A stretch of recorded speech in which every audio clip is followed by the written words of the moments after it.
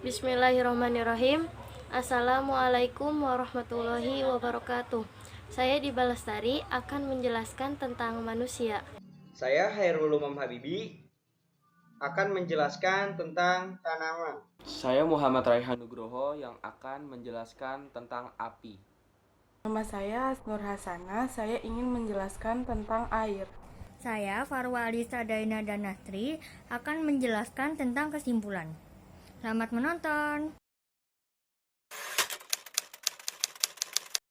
نحن خلقناكم فلولا تصدقون أفرأيتم ما تمنون أأنتم تخلقونه أم نحن الخالقون نحن قدرنا بينكم الموت وما نحن بمسبوقين على أن نبدل أمثالكم وننشئكم فيما لا تعلمون ولقد علمتم النشأة الأولى فلولا تذكرون أفرأيتم ما تحرثون أأنتم تزرعونه أم نحن الزارعون لو نشاء لجعلناه حطاما فظلتم تفكهون إنا لمغرمون بل نحن محرومون أفرأيتم الماء الذي تشربون أأنتم أنزلتموه من المزن أم نحن المنزلون لو نشاء جعلناه أجاجا فلولا تشكرون أفرأيتم النار التي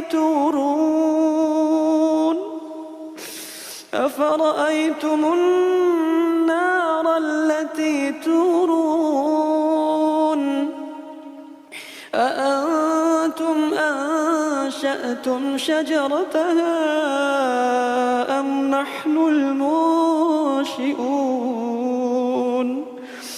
نحن جعلناها تذكرة ومتاعا للمقوين فسبح باسم ربك العظيم.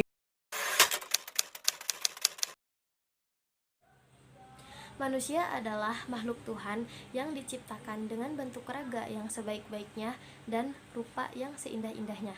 Tidak hanya itu loh, tetapi manusia juga dilengkapi dengan berbagai organ psikofisik yang istimewa seperti panca indera dan hati, agar manusia bisa bersyukur kepada Allah Subhanahu wa Ta'ala yang telah menganugerahinya. Sedangkan keistimewaan-keistimewaan yang Allah berikan kepada manusia dimulai sejak manusia lahir, yaitu dengan akal yang dimilikinya. Dalam pembahasan tentang asal-usul kejadian manusia, terdapat 3 teori. Yang pertama, teori menurut Darwin, di mana manusia itu berasal dari evolusi seekor kera. Yang kedua, teori yang menjelaskan bahwa manusia itu tercipta dari tanah, yaitu Nabi Adam.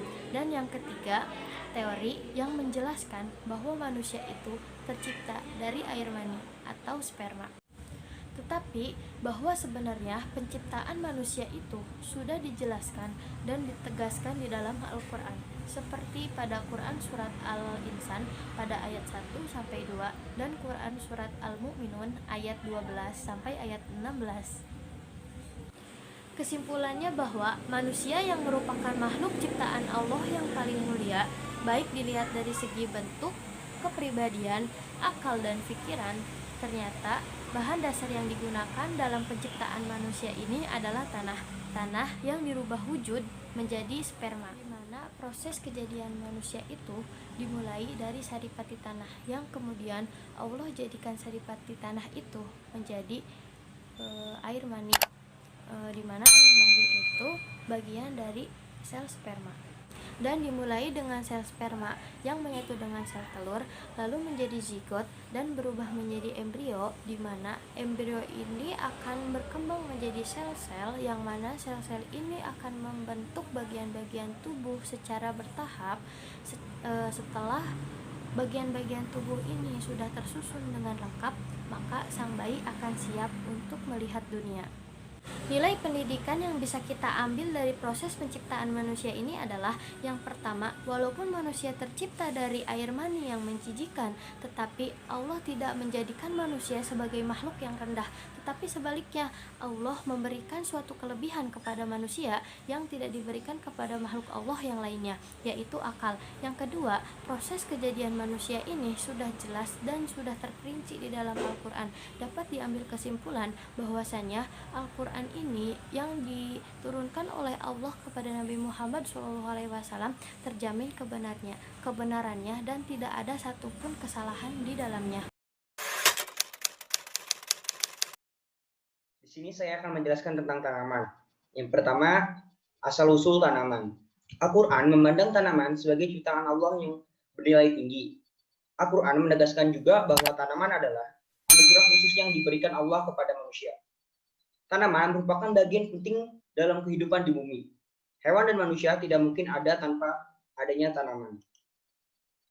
Tanaman merupakan satu-satunya sumber pokok bagi tersedianya oksigen untuk bernapas.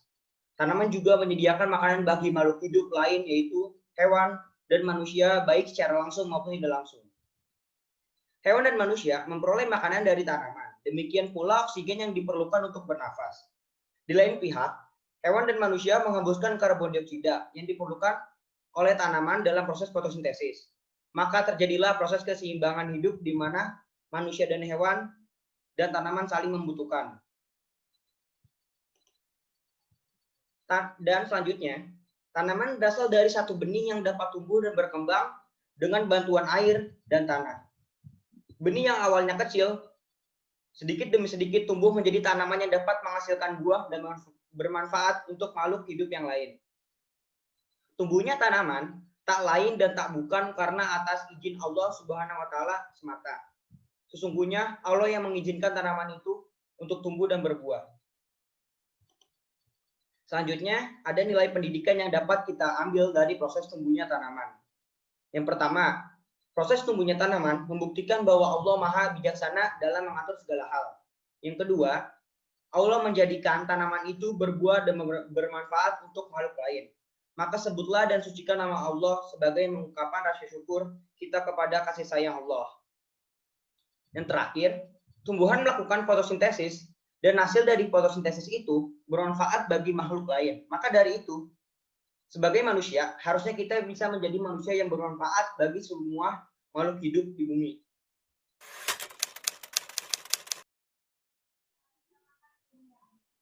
Bismillahirrahmanirrahim. Di sini saya akan menjelaskan asal-usul api. Api adalah cahaya dan panas yang timbul karena reaksi kimia. Api memiliki 3 unsur, yaitu karbon, oksigen, dan panas. Ada sifat-sifat dan ukuran-ukuran tertentu dari ketiga hal ini. Andai kata oksigen dan karbon tidak seperti keadaannya sekarang, lebih mudah bereaksi satu terhadap yang lain, maka pembakaran lebih mudah bereaksi satu terhadap yang lain. Maka pembakaran spontan akan terjadi juga di mana-mana. Peristiwa pembakaran atau yang lebih dikenal dengan istilah oksidasi tidak akan pernah terlepas dari peranan senyawa oksigen sebagai bagian terpenting dalam reaksi. Sehingga setiap terjadi pembakaran pasti akan melibatkan oksigen dan membentuk karbon dioksida serta air. Oksigen terbesar di dunia diproduksi oleh tumbuh-tumbuhan. Dalam ilmu sains dikenal dengan proses fotosintesis, di mana proses ini menghasilkan karbohidrat, O2, H2O, dan pati sebagai hasil reaksi dari mineral-mineral yang diserap dari tanah oleh akar. Allah yang telah menciptakan api melalui satu sistem yang ditetapkannya, dialah yang menganugerahkan potensi membakar Dialah yang menciptakan, mengatur, dan menentukan kadar-kadar dan unsur pembakarannya. Bila Dia kehendaki, dapat menggagalkan fungsi unsur-unsur tersebut. Jadi, kesimpulan yang dapat diambil dari terbentuknya api ini ialah, pada dasarnya adalah kepada unsur api yang terdapat 3 unsur, yaitu karbon, oksigen, dan panas. Allah Maha Besar dengan kehendaknya. Dia menjadikan api panas sehingga dapat bermanfaat bagi makhluk ciptaannya. Yang terakhir adalah nilai-nilai pendidikan yang terkandung dalam pembahasan ini. Yang pertama, api yang terlihat menakutkan, berbahaya, mempunyai kekuatan yang terkadang dituhankan oleh orang kafir, ternyata juga tunduk kepada perintah Allah. Itu menunjukkan bahwa Allah lah yang Maha Besar, Maha Pengatur, dan berkehendak. Melalui penciptaan api, Allah mengajak manusia untuk bertafakur atas kebesaran Allah dan mengingatkan betapa panasnya api neraka, karena api di dunia tidak sepanas api di akhirat. Demikian penjelasan saya. Terima kasih.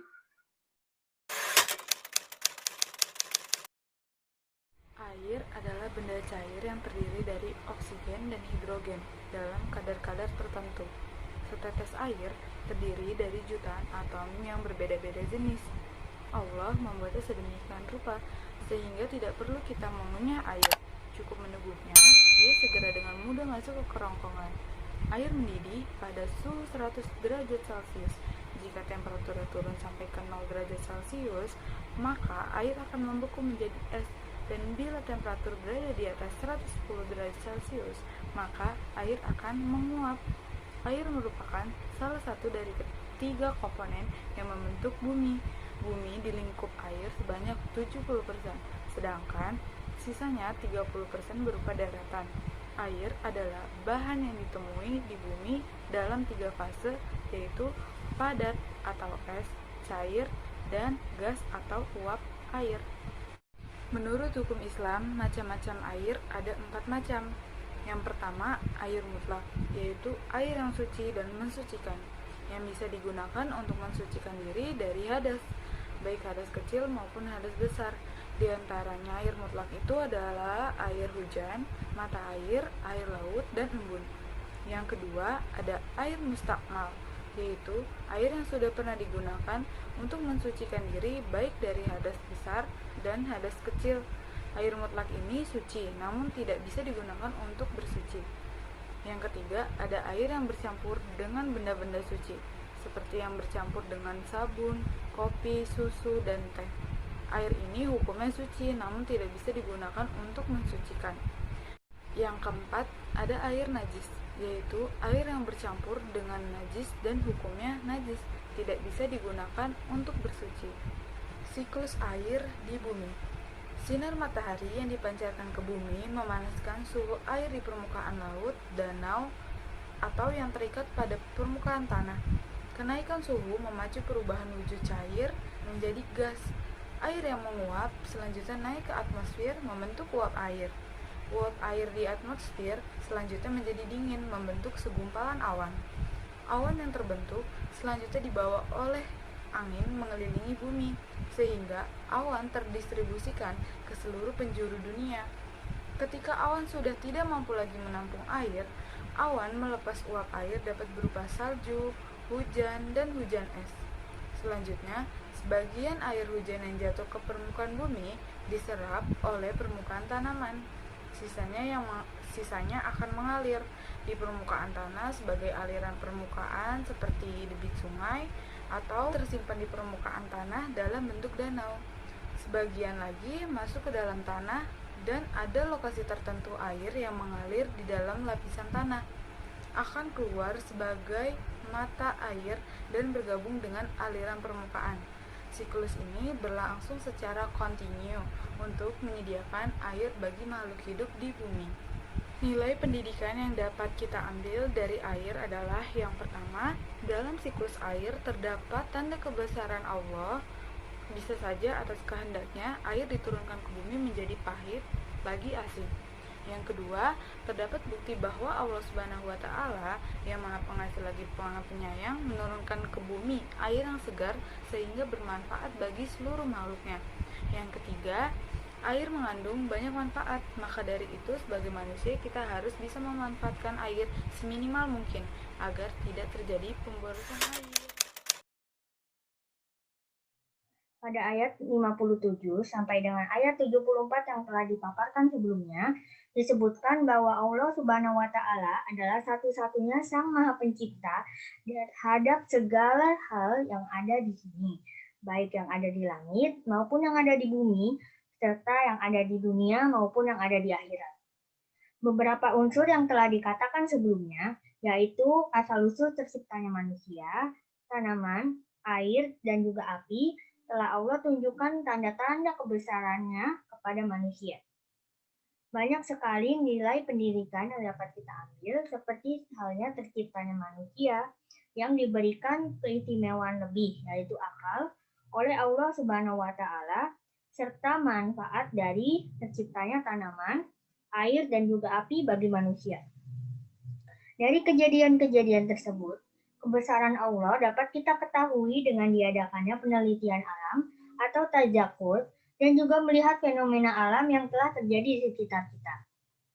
Pengaplikasian tajakur tersebut dapat kita lakukan dengan cara bersyukur dan juga bertasbih kepada Allah Subhanahu wa Ta'ala atas segala nikmatnya yang telah Allah berikan kepada kita. Sebagaimana manusia, kita sepatutnya terus mengucapkan syukur dan juga bertasbih kepada Allah Subhanahu wa Ta'ala, karena tanpa rahmat dan juga rohimnya, kita tidak akan bisa melanjutkan kehidupan ini dengan baik. Serta dengan bersyukur, niscaya Allah akan melipat gandakan nikmatnya kepada kita. Oleh karena itu, unsur-unsur yang merupakan kebutuhan dasar manusia tersebut wajib untuk kita jaga. Dan juga kita tidak boleh merusaknya karena unsur-unsur tersebut diharapkan dapat meningkatkan keimanan kita terhadap Allah Subhanahu wa Ta'ala dan juga terhadap adanya hari akhir.